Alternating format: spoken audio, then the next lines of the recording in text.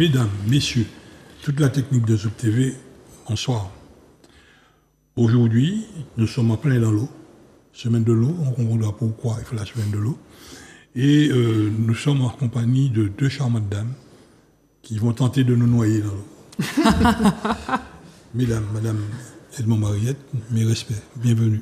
Bonjour à vous et bonjour à tous ceux et à toutes celles qui nous regardent. Bel bonjour tout le monde. C'est Madame Yélard. Yélard. Bien. Là, en ce moment, on est en plein carême. Oui. Et peut-être parce que je dirais que le grand architecte a su qu'il y a la semaine de l'eau, il nous a fait tomber de la pluie là, ce week-end, non? Ah bah en tout cas, je ne sais pas si c'est un heureux hasard ou pas, mais effectivement, on s'approche de la Journée mondiale de l'eau qui est le 22 mars. Et nous organisons une grande semaine pour l'eau, que ma collègue va peut-être davantage décrire, avec beaucoup d'activités pour sensibiliser les Martiniquais à cette ressource si précieuse et tellement utile en Martinique. Madame Edmond-Mariette, Oui, la question que je vais poser, pourquoi la journée de l'eau? Pourquoi pas l'eau en permanence? Alors, il y a effectivement depuis plus de 30 ans la journée mondiale de l'eau qui est instituée par l'ONU, donc l'Organisation des Nations Unies. Et c'est vrai que c'est un rendez-vous mondial où tous les pays autour du globe parlent de l'eau. C'est vraiment le moment, un peu comme la journée internationale des droits de la femme ou bien, je sais pas moi, la journée du développement durable, etc. Donc c'est vraiment un rendez-vous très important parce qu'on en profite justement, que ce soit en termes de politique publique, que ce soit en termes de sensibilisation auprès des plus jeunes, on en profite vraiment pour parler de ce sujet-là et le mettre vraiment à la portée de tous. Et donc nous, au sein de l'Office de l'eau, le choix qu'on a fait, c'est ne pas seulement s'arrêter sur le 22 mars, donc qui est vraiment la journée internationale mondiale de l'eau, mais on est vraiment sur une semaine pour l'eau. Donc c'est vraiment tout ce qu'il y a autour de l'eau sur la Martinique. Et donc on va vraiment aller chercher des opérations, des actions qui vont toucher tout type de public avec une bonne trentaine de partenaires. Et ça fait déjà 4-5 ans qu'on mène cette opération sur le territoire. Office départemental de l'eau. Pas tout à fait. Qu'est-ce qui a changé? Ah, nous sommes Office de l'eau Martinique. Le terme départemental qui a disparu. Ah oui, il y a déjà très longtemps, ça fait plus de 10 ans même. Office de l'eau. Donc le consommateur qui nous regarde, là, il sait que vous figurez sur sa facture. Ben, normalement oui, s'il lit ses factures. Alors je vous explique qui on est peut-être. Oui. Voilà, alors nous sommes une administration publique locale, nous ne sommes pas des services de l'État. Nous avons été créés après la loi d'orientation d'outre-mer en 2002, par la volonté politique d'ailleurs de Claude Lise, sénateur à l'époque, qui a créé les offices de l'eau. Donc nous sommes le pendant de ce qu'on appelle les agences de l'eau en France hexagonale. Les agences de l'eau, elles avaient été créées en 64 pour appliquer le principe pollueur-payeur. En 64, il y avait une manière de réfléchir l'eau en France hexagonale, toujours, à l'échelle des bassins versants. C'est-à-dire que l'idée, c'était de se dire qu'une rivière, ça ne se gère pas sur le bout de sa commune, mais bien de sa source jusqu'à son exutoire. Donc on a créé ce qu'on appelle les bassins versants, la gestion par bassin versant. Ça, c'est un concept franco-français. Qui d'ailleurs a fait son chemin puisqu'il a été repris dans le cadre de la directive cadre européenne sur l'eau. Donc en 2000, quand la directive cadre européenne sur l'eau a été appliquée, mais les autres pays européens ont considéré que la manière de faire la gestion de l'eau française était assez exemplaire et qu'il était intéressant de travailler à l'échelle des bassins versants et non pas à l'échelle des entités administratives comme les communes, les départements, etc. Donc l'idée, c'était que une fois qu'on avait une manière de travailler sur un bassin versant, il fallait aussi trouver les fonds, puisque protéger l'eau, ça demande effectivement des fonds d'investissement. Et donc, il a été créé le principe pollueur-payeur, c'est-à-dire que tous les pollueurs, donc tout le monde, payent une redevance sur l'eau qui, effectivement, apparaît pour le consommateur lambda sur sa facture d'eau. Ça veut dire quoi? Les redevances sur l'eau, ce sont des redevances qui permettent de compenser, en tout cas, de participer, chacun individuellement, à cette politique de l'eau. Et ensuite, toutes ces redevances, alors il y en a plusieurs sortes, on pourra peut-être détailler un peu après, mais toutes ces redevances, elles sont redistribuées sous forme de subventions pour les acteurs de l'eau sur le territoire qui vont protéger les milieux aquatiques et améliorer la qualité de l'eau. Donc nous ne sommes pas responsables de la distribution de l'eau potable.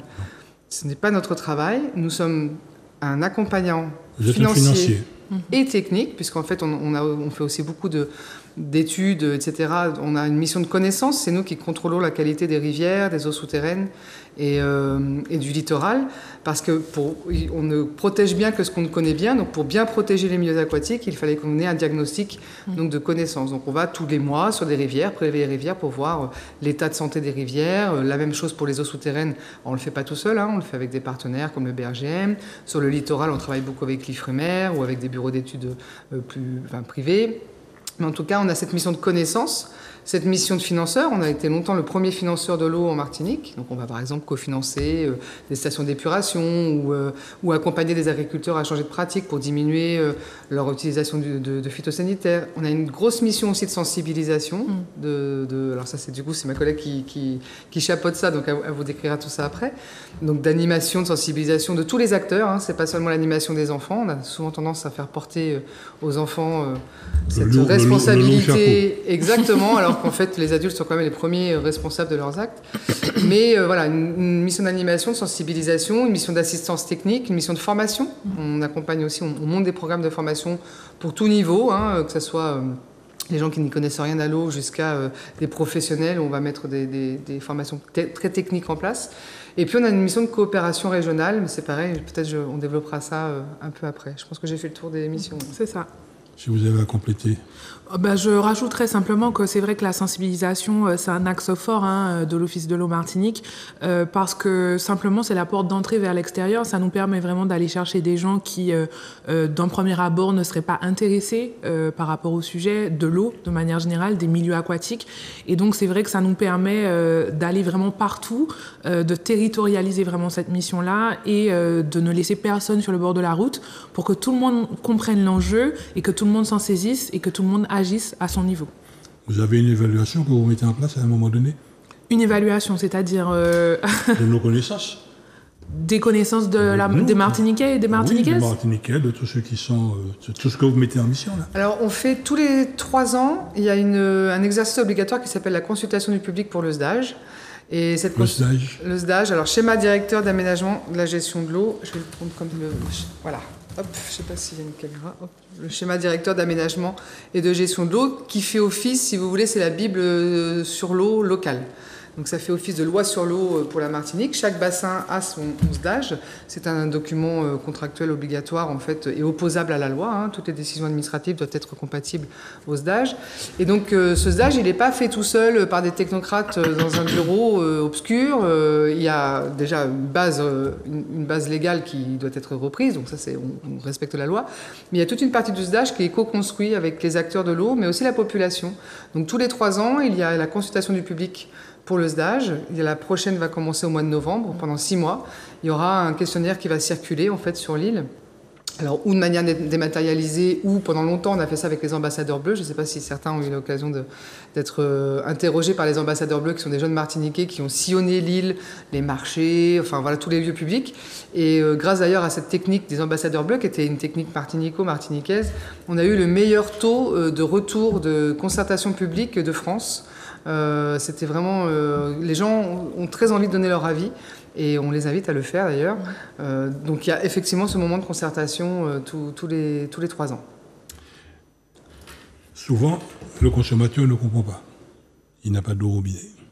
Quand il pleut, quand on dit qu'il pleut fortement, il n'a pas d'eau au robinet. Là en ce moment, carême, il n'a toujours pas d'eau. Alors là, c'est une question que vous devez poser à des distributeurs d'eau. Moi, je peux vous donner une réponse un peu technique, mais... Vous faites la gestion des rivières. Non, mais alors on ne fait pas la gestion des rivières, on regarde l'état de la qualité des rivières. Donc, environnemental en plus. Voilà. Ça veut dire qu'on ne peut pas dire vraiment en termes sanitaires, c'est pas l'ODE qui se prononce, c'est l'ARS. Donc on va vraiment aller chercher finalement l'état de santé en fait de nos milieux. Est-ce que notre faune et notre flore vont bien? Globalement, c'est ce qu'on regarde. Donc on n'a vraiment pas cette mission parce que les gens confondent souvent en fait l'aspect de potabilité ou de ce qu'on va aller chercher sur des champs vraiment par rapport à l'humain, alors que nous, on va aller vraiment sur l'environnement. Donc ça ne va pas être pareil. Les grilles de lecture ne sont pas les mêmes. Et ça, c'est important quand on parle de l'ODE, de poser ça pour qu'on adresse bien les différents sujets là où on doit poser les questions au bon interlocuteur. Et l'état quantitatif, il est surveillé par la police de l'eau, donc c'est l'État. L'ADEAL, exactement. Il y a tout un réseau de suivi hydrographique, donc de mesures de débit qui existe, qui est piloté par l'État, mais aussi la CTM. La CTM a un réseau de mesures de débit. Et il y a des réunions qui s'appellent la MISEL, la Mission Interservices de l'eau et de la nature, qui se réunissent en carême, quasiment toutes les semaines. En général, quand on est vraiment en pleine crise, cette mission Interservices de l'eau se réunit toutes les semaines avec les producteurs d'eau, justement les distributeurs. Donc nous y participons parce qu'on a un œil technique dessus, mais nous ne sommes pas en première ligne. Où se négocie effectivement, ou se discute en tout cas, pas se négocie, mais se discute les niveaux d'eau. C'est-à-dire que chacun vient avec ses courbes hydrographiques en disant voilà, il reste tant d'eau à tel endroit, telle rivière, oui, tel producteur a besoin de tant d'eau pour faire tourner son usine, etc. Donc toutes ces discussions-là sont faites sous l'égide du préfet. Et la police dans cette affaire, c'est qui? C'est l'ADEAL, la police de l'eau. Donc le représentant du préfet. Bon, ben je sais pas, il faudra qu'on leur donne une petite mobilette. Hein. Ah Il faudra qu'on leur donne une petite mobilette parce que là, en ce moment de carême, il y a un litige qui existe depuis des années pour le manque d'eau sur la rivière Blanche qui alimente l'usine de Durand. Alors ça fait plus de 35 ans que nous demandons de récupérer l'eau de ce gendarme pour la basculer sur Saint-Joseph. Je vois bien. Ben, là, pour l'instant, quand on demande à l'État, l'État nous dit c'est le politique. Quand on demande au politique, le politique nous dit c'est l'État. Donc on est une balle de ping-pong dans la tête. Ouais.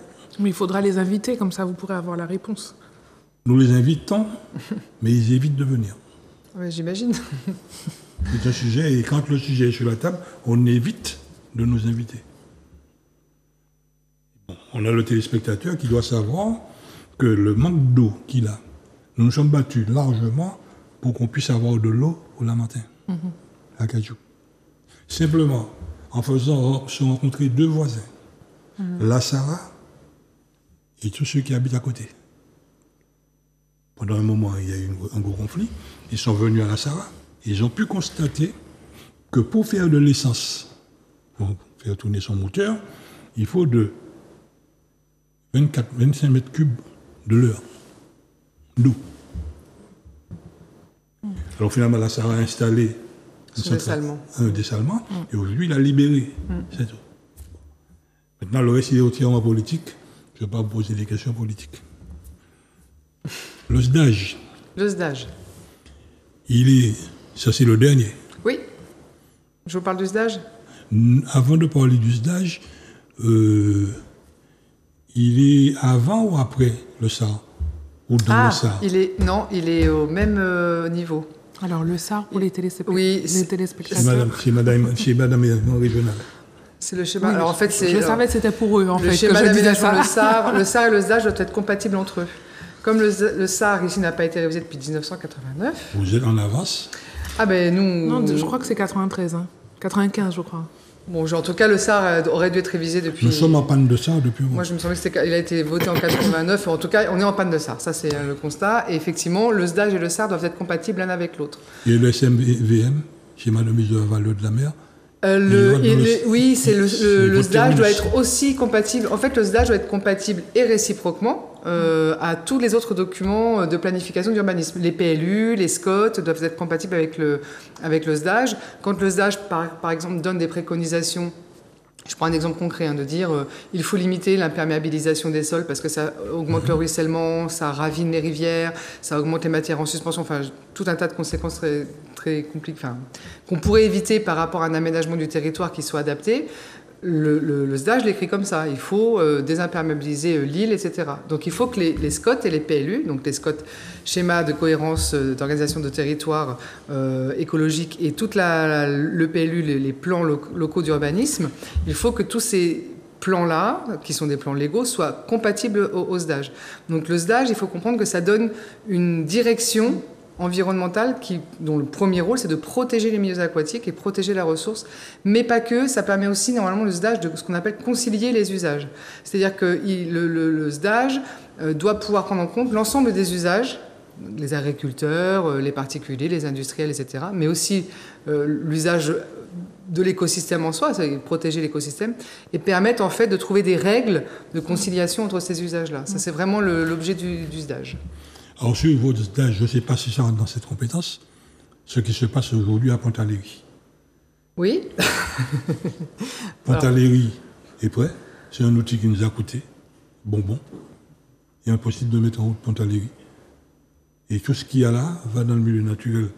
Donc c'est vous qui contrôlez tout ça, non? Non, nous, alors, on n'a pas de rôle de police de l'eau, donc je le rappelle, on fait de l'assistance technique et de l'assistance financière, on accompagne les politiques publiques, mais la mise, et on a beaucoup travaillé, on s'est beaucoup investi sur justement faire en sorte que Pontaléry, donc pour les téléspectateurs qui ne connaissent pas, au Robert, il s'agit d'une station d'épuration qui ultra moderne, qui a été construite notamment avec les fonds de l'Office de l'eau, mais pas que, des fonds de l'État, les fonds de l'Office de l'OFB, l'Europe, etc. Effectivement. La station n'est toujours pas mise en eau, donc je vous proposerai d'adresser la parole, de poser cette question, notamment à Cap Nord, qui est le commanditaire pour la partie qui est responsable de l'eau potable et l'assainissement en termes de compétences. Toutefois, nous aussi, ça nous désole de voir que la station d'épuration n'est toujours pas en eau. Et d'ailleurs, on avait un collègue jusqu'alors qui a travaillé longtemps à accompagner en fait cette remise en eau. Maintenant, oui, il y a peut-être des soucis techniques. C'est-à-dire que quand on abandonne un chantier pendant un temps, il y a un côté administratif qui n'est pas réglé. Oui, aussi, c'est vrai. Mais il y a eu à un moment donné un frein technique parce que quand on abandonne un chantier pendant un temps, il y a une dégradation des matériaux. Il a fallu repartir un petit peu plus en arrière pour pouvoir... Et c'est vrai que nous aussi, nous attendons cette mise en eau avec grande impatience parce que l'assainissement, vous me permettez de faire le lien, l'assainissement, c'est quand même la principale pression sur les milieux aquatiques en Martinique. Je ne parle pas de la chlordécone, qui est une pression historique sur laquelle on n'a plus la main, malheureusement, dans le sens où... c'est un autre sujet, mais il ne faut pas le négliger. Mais ce que je veux dire... Je ne parle pas de chlordécone, des pesticides. Oui, des pesticides en général, absolument. C'est la chlordécone, les pesticides, mais la pression sur laquelle on a vraiment la main actuellement, et que chaque Martiniquais est derrière cette pression-là, chaque individu, c'est les eaux usées que nous produisons. À chaque fois qu'on tire une chasse d'eau, à chaque fois qu'on prend une douche, à chaque fois qu'on fait un lave-vaisselle, une machine à laver, on a un impact sur l'environnement en fonction de où est-ce qu'on est connecté. Donc 60% des Martiniquais ont une fosse septique. Toutefois, ces fosses septiques, quand elles ont été contrôlées, elles ne sont pas conformes. Les 90% ne sont pas conformes de celles qui ont été contrôlées, en tout cas. Donc, on a un énorme problème d'assainissement. Et sur l'assainissement collectif, on n'a pas des taux de conformité qui soient non plus très enthousiasmants. On s'améliore. Donc, il y a beaucoup de mises en demeure, dont une mise en demeure européenne. Oui. Mais ça, c'est pareil, c'est du réglementaire. Oui, mais ça, c'est la chaque fois. Absolument, c'est du réglementaire. Nous, notre travail, ça va être justement de faire en sorte que ces mises en demeure soient levées pour que... Donc, on va financer, on va aider à écrire des cahiers des charges, on va accompagner, en fait, pour faire en sorte que la situation s'améliore, parce que la situation d'assainissement en Martinique est assez catastrophique. Et puis, on va utiliser le levier de la sensibilisation, justement, pour parler à toute la population martiniquaise et pour qu'on puisse expliquer aussi aux gens. Gaëlle parlait tout à l'heure de tirer la chasse d'eau. On a tendance à penser que une fois qu'on a tiré la chasse d'eau, c'est plus nos affaires, alors qu'en fait, oui, ça nous concerne. Et donc, se poser la question, quelle installation j'ai chez moi? Est-ce que c'est bien conforme? Si ça ne l'est pas, qu'est-ce que je peux faire? Qu'est-ce qu'il y a à ma disposition pour que je puisse justement mettre ma fosse septique, par exemple, en conformité. Et c'est tout ça aussi que l'Office de l'eau fait grâce à ces campagnes de sensibilisation grand public. Alors, à propos de campagne, comment ça va se passer là pour la journée de l'eau? Alors, la semaine pour l'eau, effectivement, donc on prévoit une grande campagne de communication, déjà pour dire aux gens que la semaine pour l'eau arrive, qu'il y a une programmation vraiment assez intéressante sur tout le territoire. Je suis sûre qu'il y aura au moins une action près de chez vous, parce qu'on couvre vraiment du très au nord jusqu'au bas de la Martinique, jusqu'à Sainte-Anne. Et en fait, on a un collectif d'acteurs qui nous accompagnent. Donc, je vous parlais tout à l'heure d'institutions public, mais également d'un réseau, puisque l'ODE a son réseau RESO, qui est composé en majorité d'associations qui ne sont pas nécessairement engagées dans le champ de l'environnement de base, mais qui avaient envie justement d'aller sur ce terrain-là, d'aller sur l'environnement, d'aller sur la protection des milieux aquatiques, et donc qui ont demandé leur adhésion au sein de notre réseau et qui, chaque semaine pour l'eau, se mobilisent à nos côtés pour justement pouvoir couvrir toute la Martinique. Donc on a une 60aine d'opérations qui sont programmées, ça va des conférences à des des escape games, par exemple, ou la diffusion de films documentaires, comme La Voix des mangroves à Madiana, et pas mal de randonnées pédagogiques aussi pour découvrir des milieux, donc la mangrove, pour découvrir la mer, et aussi les rivières, bien entendu. Et vous avez un site, moi qui suis dans ma chambre à 2h du matin, je peux vérifier? Tout à fait. Donc, aumartinique.fr, vous avez effectivement la programmation. Attends. Aumartinique, EAU. aumartinique.fr. Tout collé. Mais même si vous tapez sur Google, vous trouverez quand même. Google, notre complice. Ou n'importe quel autre moteur de recherche. Ecovia. Voilà. Ou n'importe quel autre moteur de recherche. Si vous tapez Aumartinique, vous trouverez tout de suite le site de l'Office de l'eau. Alors, vous financez aussi le particulier en matière d'assainissement. Oui, Comment alors ça se passe? on a un nouveau dispositif qui a été élaboré il y a quelques temps et j'en profite pour faire la promotion. Donc ça s'appelle le DFAP, le dispositif financier d'accompagnement particulier, et qui permet en fait aux particuliers qui ont des fosses septiques défaillantes ou qui ne sont pas raccordés au réseau qui passe en bas de chez eux alors qu'ils devraient l'être, parce que c'est une obligation normalement. On sait que le coût de raccordement ou de réhabilitation d'une fosse est très élevé et que les gens n'ont pas forcément les moyens. Donc on a mis en place ce système de DFAP pour accompagner jusqu'à parfois même 95% de la facture, la prise en charge de cette réhabilitation. Alors après, tout le monde n'est pas éligible. On a d'abord ciblé les zones où il y avait un impact particulièrement très fort de cet assainissement non collectif sur les milieux aquatiques. Donc il y a ce qu'on appelle des zones à enjeu environnemental et sanitaire. Donc là, on a de l'impact, par exemple, sur une rivière, alors qu'on doit fabriquer de l'eau potable avec cette rivière juste à côté, ou sur le milieu marin, etc. Donc il y a tout un zonage qui a été calculé. Pour savoir si vous êtes éligible, vous allez sur le site de l'Office de l'eau, vous retrouvez en tapant, normalement, si vous cherchez un peu, vous allez finir par arriver au DFAP, donc de dispositif financier d'aide aux particuliers. DFAP. Et vous tapez votre numéro de cadastre, en fait, votre parcelle, et vous savez si vous êtes éligible ou pas. Si vous êtes éligible, ensuite, on vous donne une petite procédure. Il faut appeler son SPANC. Son SPANC, ça veut dire Service public d'assainissement non collectif. Donc si vous êtes dans le nord, le SPANC est à Cap-Nord, dans le centre c'est à Cassem et dans le sud c'est l'Espace Sud.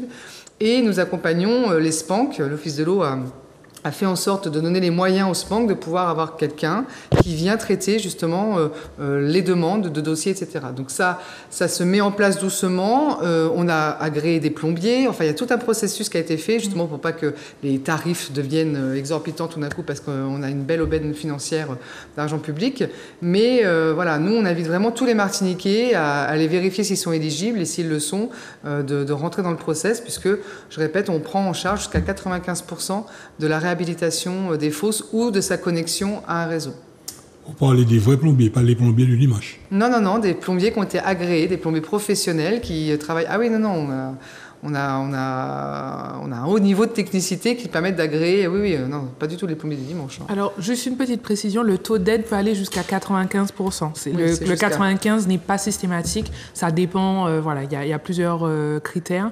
Donc, normalement, quand vous allez sur le site, vous avez toutes les informations et vous saurez très vite, en contactant votre SPANC, quel est votre taux d'éligibilité. 95%. J'ai une opération de 10 000 euros. Vous me donnez 95% de ces 10 000 euros. Oui. Alors, ça va directement en fait, aux professionnels, oui. Et donc, vous payez que le reste à charge. Donc, effectivement, c'est assez intéressant puisque c'est un peu comme quand on va chez le médecin et qu'on fait le tiers payant.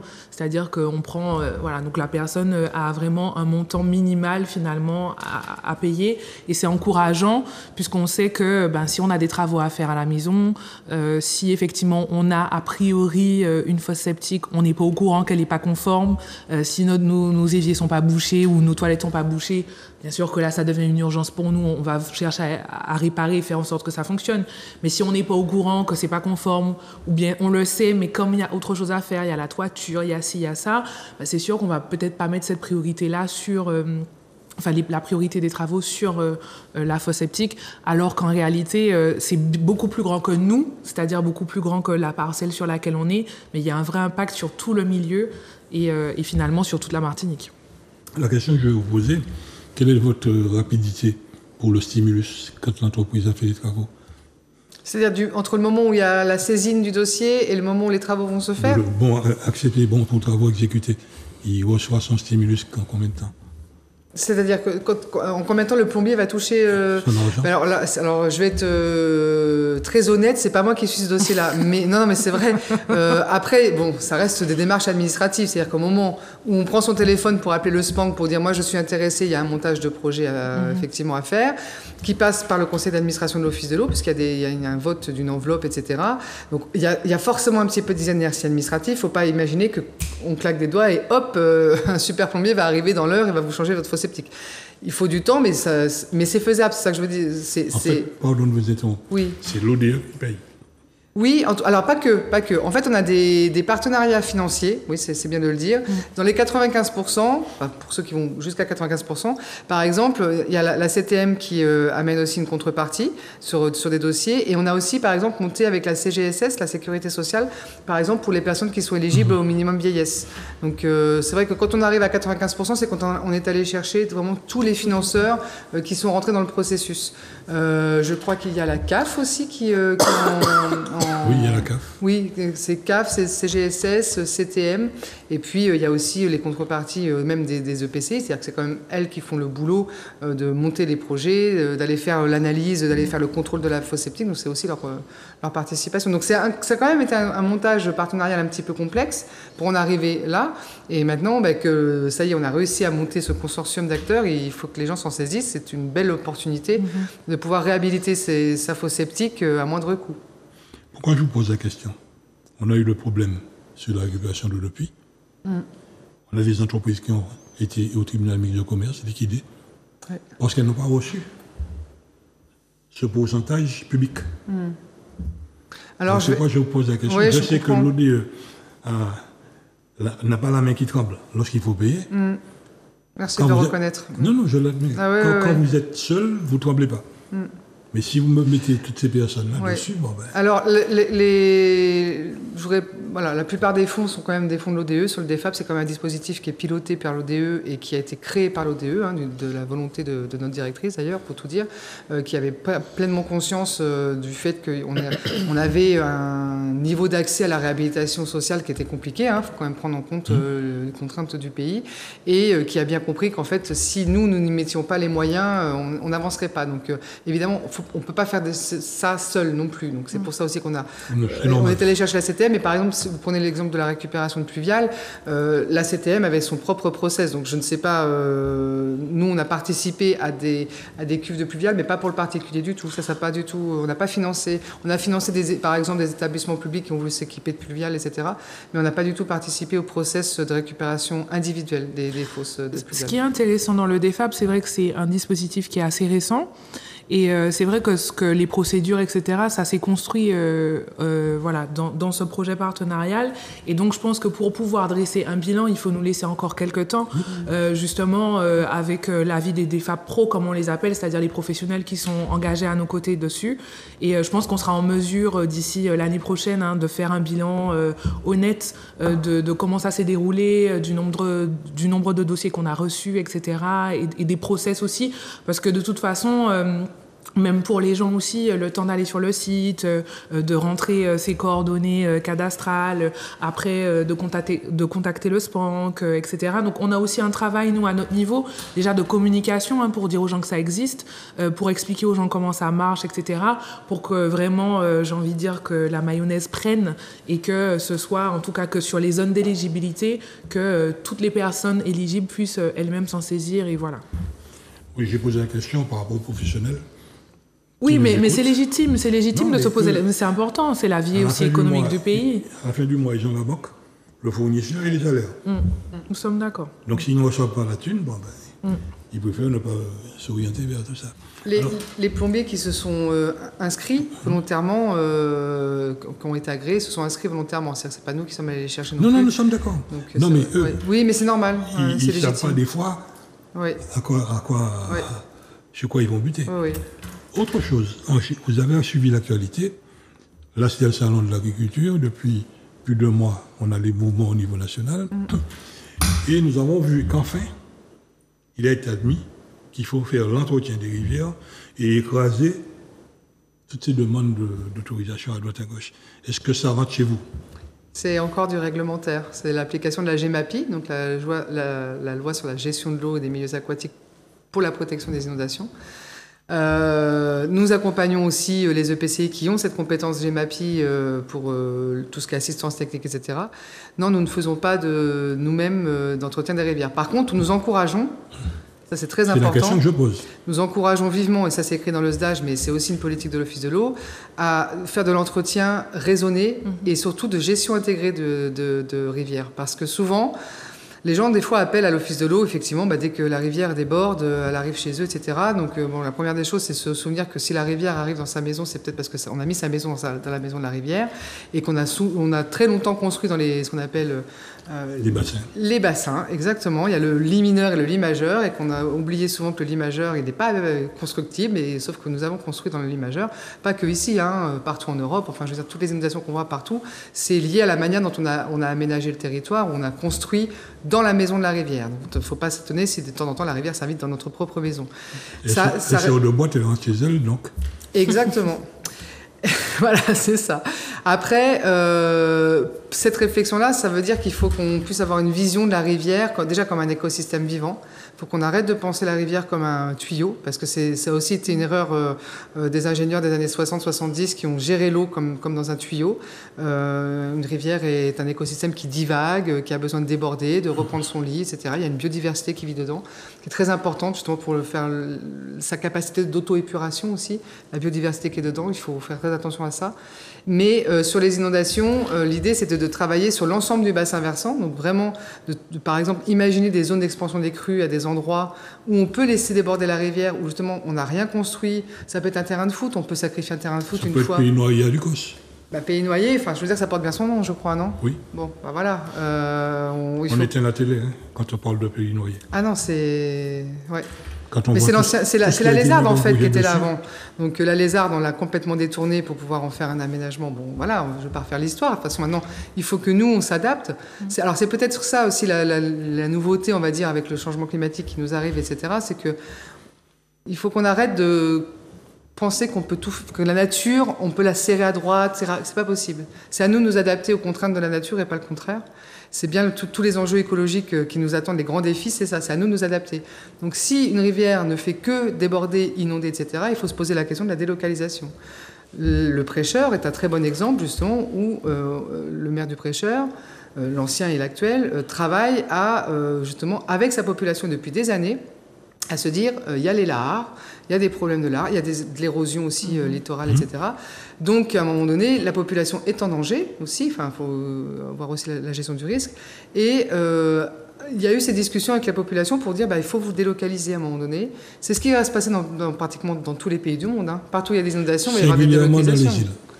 En tout cas, ça va être à nous de nous adapter et arrêter de chenaliser et de canaliser les rivières, parce que ça ne fait qu'augmenter les problèmes d'énergie cinétique dans les rivières, et ça ne fait qu'augmenter les problèmes. Donc, et curer, pour revenir à votre question, curer une rivière, oui, mais comment, pourquoi ? C'est pas en enlevant les embâcles tous les 4 matins, parce que s'ils reviennent, c'est bien qu'il y a un problème. Donc plutôt travailler sur la cause que sur la conséquence. Se dire aussi qu'une rivière est un écosystème qui évolue dans le temps. C'est-à-dire qu'elle a des formes qui évoluent. C'est pas parce qu'il y a 50 ans vous êtes baigné dans cette rivière-là que vous pourrez de nouveau vous baigner dedans. Là, on en parlait tout à l'heure. Il n'y a plus de rivières qui font 10 mètres de profondeur. C'est terminé en Martinique. Donc il faut aussi savoir évoluer. Une rivière, c'est comme une femme, elle évolue dans le temps, avec ses courbes, etc. Donc il faut aussi l'accepter et ne pas forcément vouloir retravailler une rivière pour le faire reprendre exactement la dimension qu'on a connue quand on avait 5-6 ans et qu'on se baignait à tel endroit. Donc il faut vraiment réfléchir on a plein d'outils techniques qui nous permettent de voir depuis le ciel la manière dont les écosystèmes bougent, etc. Et de nous permettre à nous de nous adapter, en fait. C'est un sérieux chantier. Oui. C'est un grand chantier, un vaste chantier. Oui. Maintenant, il faut s'y mettre. Oui. Là, vous travaillez aussi sur les mangroves. Ah oui, énormément, oui. Donc vous êtes sur le domaine public maritime. On travaille sur tous les milieux aquatiques, oui. Donc ça veut dire que, j'espère vous réinviter dans une dizaine d'années, quinzaine d'années, et penser que nos 25 communes du littoral sont impactées par l'élévation du niveau de la mer. Et il y a des endroits où on ne va pas pouvoir traverser. Et nous avons soulevé le problème avec l'ADL. Le trait de côte est en train de reculer. Absolument. Nous allons vers des gros procès demain. de très gros procès demain. Parce que le trait de côte recule. Et ça a commencé déjà. Les problèmes qu'il y a eu à Sainte-Luce, etc., c'est directement lié au trait de côte. Donc non, ça fait partie du changement climatique. C'est à nous de nous adapter et donc il faut anticiper. Et moi, je pense qu'on a quand même de la connaissance. Il faut encore en acquérir, mais on a fait la semaine dernière un super séminaire avec Météo France, avec Pascal Safache, avec le BRGM, avec plein de spécialistes, etc., qui nous ont fait, avec l'ADEME aussi, on a posé tous ensemble nos réflexions, justement, en disant, bon là, il y a un énorme chantier de changement climatique en Martinique, il va falloir qu'on s'adapte. Et on a quand même des outils de connaissance qui nous permettent d'anticiper. On est très documenté. Oui. On est sur certaines choses, oui, sur d'autres, moins, mais en tout cas, on sait ce qui va se passer. On n'est pas dans une situation où on sait ce qui va se passer. Il y a de la documentation. On est d'accord, on sait ce qui va se passer. Donc maintenant, j'ai envie de dire, une fois que nous, les scientifiques, les techniques, on a posé les constats, les diagnostics, il y a effectivement des décisions d'ordre plutôt politique, d'accompagnement, mais il y a aussi beaucoup de sensibilisation, parce qu'on ne dit pas aux gens de quitter leur maison comme ça du jour au lendemain. Ça s'explique, ça s'accompagne. Prévenir l'avenir, c'est pas évident. Donc, il y a une anticipation. Tu parles d'avenir, mais c'est aussi maintenant. C'est-à-dire que je crois qu'aujourd'hui, on a suffisamment d'outils, que ce soit des outils techniques, scientifiques, qui sont factuels, qui nous permettent de dresser un constat simple. Aujourd'hui, c'est difficile d'être climato-sceptique.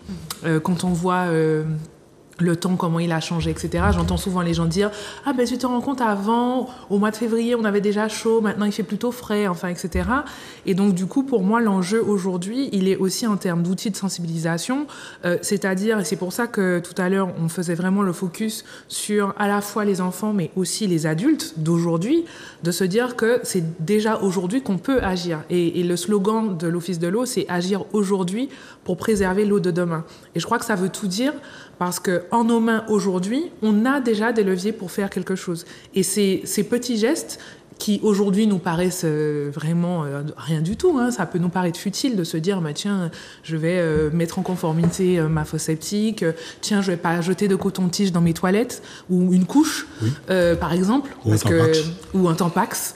Mon huile, je vais pas la jeter directement dans mon évier. Enfin voilà, tous ces petits gestes qui nous paraissent comme ça anodins, je vais pas utiliser des herbicides à la maison, des choses comme ça. Et bien finalement, ça fait que tout de suite, ça a un impact positif. Et impact positif sur positif sur positif, on dit chez nous, c'est grain de riz qui a plein sac de riz, mais c'est exactement ce qui nous attend. C'est-à-dire que si tout le monde se met à agir maintenant, là, tout de suite, pendant que je suis en train de parler, c'est demain qui est sauvé. Et donc, je crois que c'est important de faire passer ce message-là aux gens, à la population, pour qu'on ait vraiment cette prise de conscience profonde de se dire que le monde de demain, c'est pas un monde seulement dont on rêve, ou quand je vais m'endormir la nuit, je me dis, ou bien j'ai plein d'idées, je trouve ça formidable. On le construit déjà maintenant. Donc ça, c'est vraiment pour nous très important. Et c'est pour ça aussi qu'on fait la Semaine pour l'eau, parce que ça nous permet de faire passer tous ces messages-là de différentes façons, avec différentes actions, différentes opérations, différents partenaires qui vont le dire avec leurs mots, avec leur prisme aussi, mais qui en tout cas vont permettre que toute la population, quel que soit l'âge, quelle que soit la génération, puisse être impactée et prendre conscience du changement pour agir. Alors, pour cette journée de l'eau, ça c'est comment? Jusqu'à où?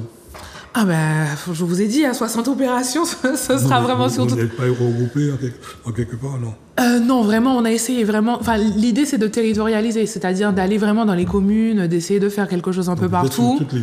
On essaie d'être sur toute l'île, oui. Alors, je pourrais pas vous garantir, là, j'ai quelques communes sous les yeux. Je vois les Anses d'Arlay, je vois Chelcher, je vois le Robert...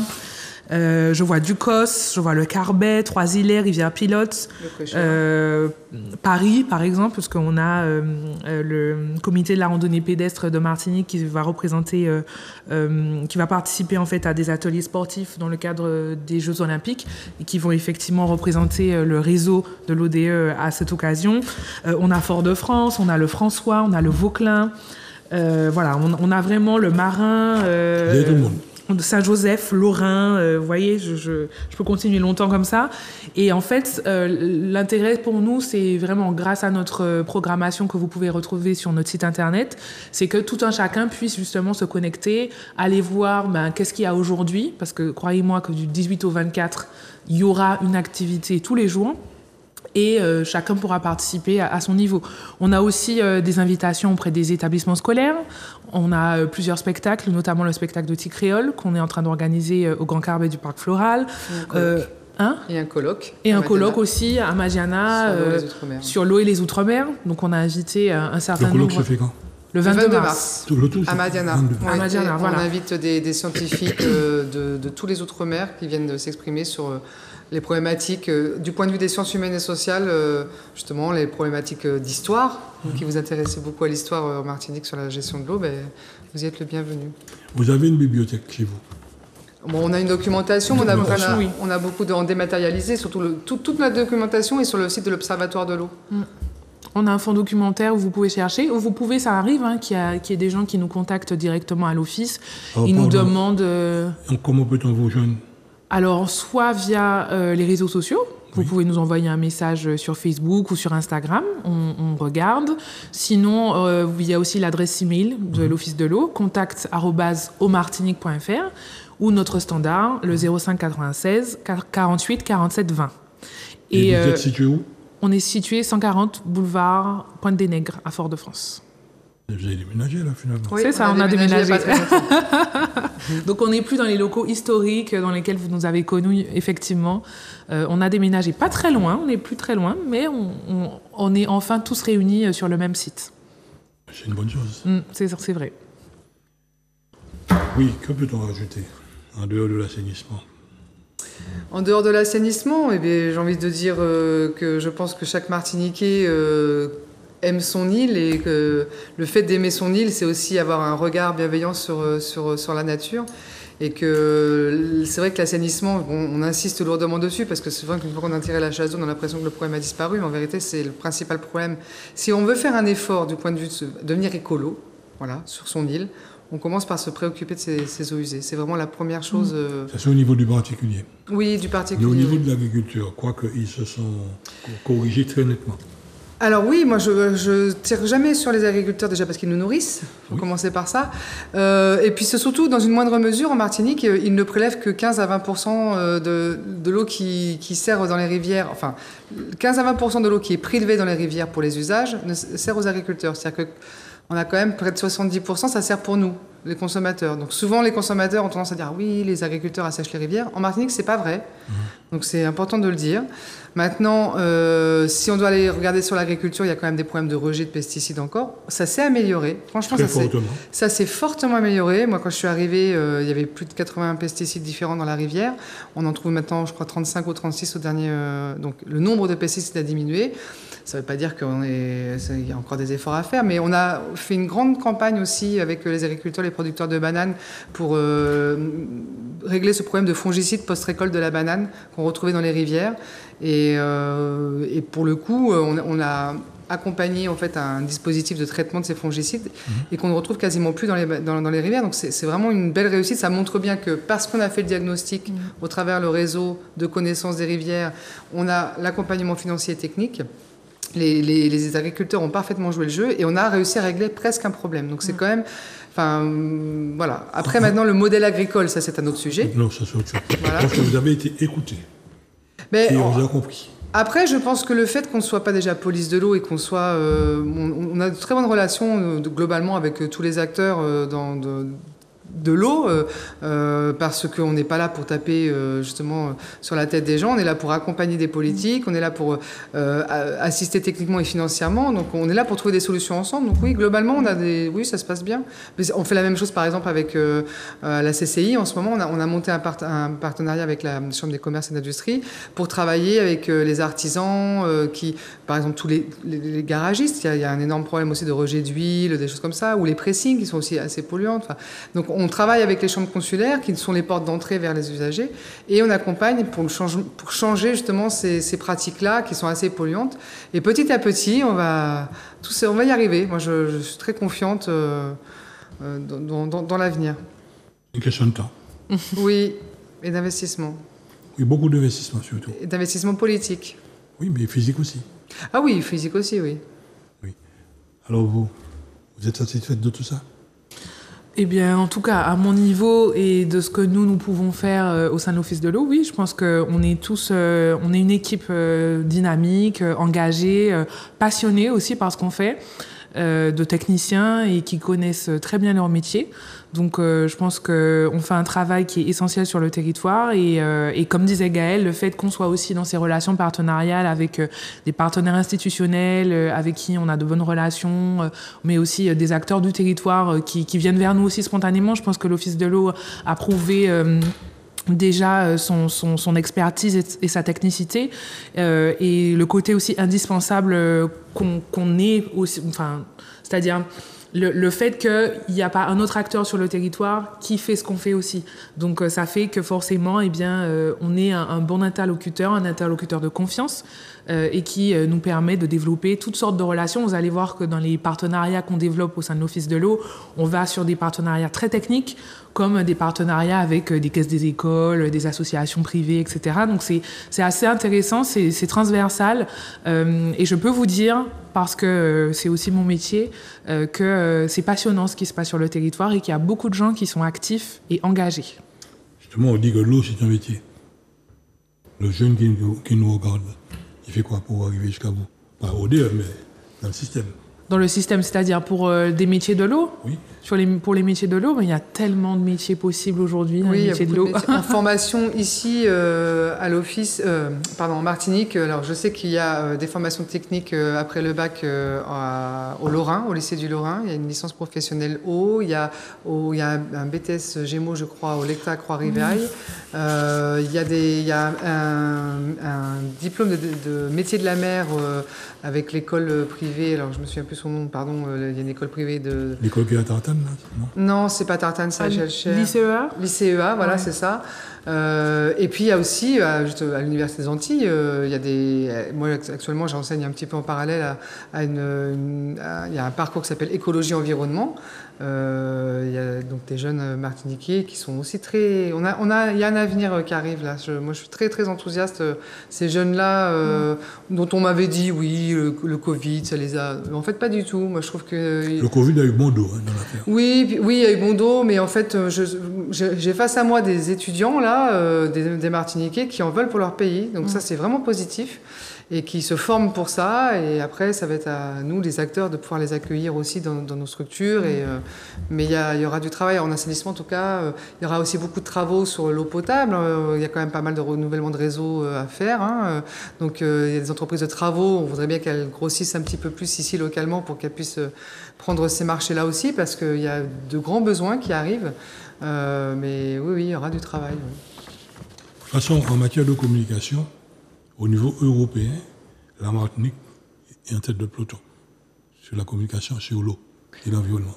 Oui, on en est très fiers à l'Office de l'eau. On a été remarqué à la Commission européenne justement par cette technique dont je vous ai tout à l'heure, les ambassadeurs bleus, le fait que dès la première consultation du public, donc dans les années fin 98, me semble-t-il, on avait créer cette manière de faire, d'aller au contact des Martiniquais, c'est-à-dire ne pas attendre que les gens se connectent sur un site, parce que ceux qui vont se connecter, c'est ceux qui sont déjà sensibilisés, mais plutôt aller à la rencontre, parce qu'il y a une culture orale qui est aussi très importante. Demander aux gens leur avis en allant à leur rencontre. Et on a été invité effectivement à la Commission européenne il y a plusieurs années pour être salué de cette initiative. Pardon. À vos amours. Oui, bon. On a fait le tour. Il y a beaucoup à dire sur l'eau. Beaucoup. Il y a ceux qui se sont aventurés, qui se sont noyés. Et puis, finalement, nous, on continue à avancer. Que peut-on dire comme conclusion? L'eau, c'est la vie. L'eau, c'est la vie. Et puis, j'espère que nos propos auront convaincu les Martiniquais aussi à juste regarder, par exemple, ce qu'ils font de leurs eaux usées. De s'intéresser déjà à ça. Si on a déjà réussi à faire ça avec cette émission, merci d'ailleurs M. Graban de nous avoir permis cette opportunité, de dire qu'il y a quand même beaucoup de gens qui sont très préoccupés, qui s'occupent de l'eau en Martinique et que ça va aller. Moi, j'ai espoir, vraiment. Oui, tu as tout dit. Hein. Et puis, j'ai envie de finir avec notre slogan, agir aujourd'hui pour préserver l'eau de demain. Je crois que c'est le plus important. Il faut la protéger. Oui. C'est une ressource précieuse parce qu'on oublie, il y a parfois des endroits dans le monde où il n'y a pas d'eau. Voilà. On l'oublie, mais même à côté de chez nous. J'ai traversé des pays où il n'y a pas une goutte d'eau. Ah ouais, donc... Est-ce que je peux faire une petite digression? Parce que du coup, justement, quand il n'y a pas d'eau, alors je vais enfoncer un... Voilà, il y a une fausse bonne idée qui circule sur l'île, sur le dessalement d'eau de mer. Alors là, ça... Allez. Bon, en tout cas, je ne sais pas si on va se retrouver, si on va être d'accord tous les deux, mais le dessalement d'eau de mer, c'est pour des pays où il n'y a pas d'eau douce et c'est pour des pays qui sont riches, parce que ça coûte cher de faire du dessalement d'eau de mer. Et en plus, c'est plutôt polluant en termes de rejet de saumure, etc. Ici, on a de l'eau douce à profusion. On n'a pas de problème de ressources. Merci. On n'a pas de problème de ressources. C'est exactement ça. Il pleut assez d'eau pour couvrir nos besoins en Martinique. Après, on a des problèmes peut-être de distribution, comme vous disiez tout à l'heure, des interconnexions qui ne sont pas suffisantes, de stockage qui n'est pas suffisant. Ça, il n'y a pas de souci. Mais en tout cas, on n'a pas de problème de ressources. Donc, à chaque fois qu'il y a des problèmes d'eau au robinet, parce que, effectivement... ça roule pas. Parce que ça coule pas pour d'autres raisons, on a tendance à vouloir sortir le joker, il faut faire du dessalement d'eau de mer. Donc oui, ça c'est possible à Saint-Martin, ils n'ont pas d'eau douce. Donc très bien, ils font de l'eau douce avec de l'eau de mer, ils n'ont pas le choix tout simplement. Mais si les Martiniquais sont prêts à payer 8 à 9 euros le mètre cube l'eau douce, on va partir sur du dessalement de mer, mais c'est pas du tout une solution adaptée au territoire. Ils ont fait du dessalement à la Sahara. Ils ont mis l'argent qu'il fallait pour. Et c'est surtout que le pétrole leur coûte pas cher, vu qu'ils l'énergie en fait qui permet le dessalement, ils l'ont en direct. Donc c'est pas que ça leur coûte pas cher, mais c'est qu'on n'a pas du tout le même impact sur le coût. Enfin, le problème de la Martinique, il faut respecter la nature. Oui. Et nous disons tout le temps, c'est la seule femme, quand elle est violée, qui ne crie pas. Mais quand elle se met à se venger, elle détruit tout en 1 seconde, en 10 secondes. Une forte pluie, un cyclone, n'importe quoi, un tremblement de terre. La nature est plus forte que tout. La nature est plus forte que tout. Quand elle se réveille, quand elle se venge, elle se venge. En tout cas, tout le plaisir a été pour moi de vous recevoir. Merci de nous avoir accueillis. Et puis, le tout, c'est de vous revoir. C'est ça. Et puis, on espère vous voir sur l'une de nos opérations durant la semaine pour l'eau. C'est ça. Inscrivez-vous, allez sur le site internet de l'Office de l'eau. Si vous voulez venir à Madiana, il y a des inscriptions en ligne. Le 22 mars, vous êtes le bienvenu. Comme on est en pleine période de récolte, ah oui, on en profitera pour lever le verre. Voilà, on fait ça. Merci encore, mesdames, mes respects. Merci à vous. Merci.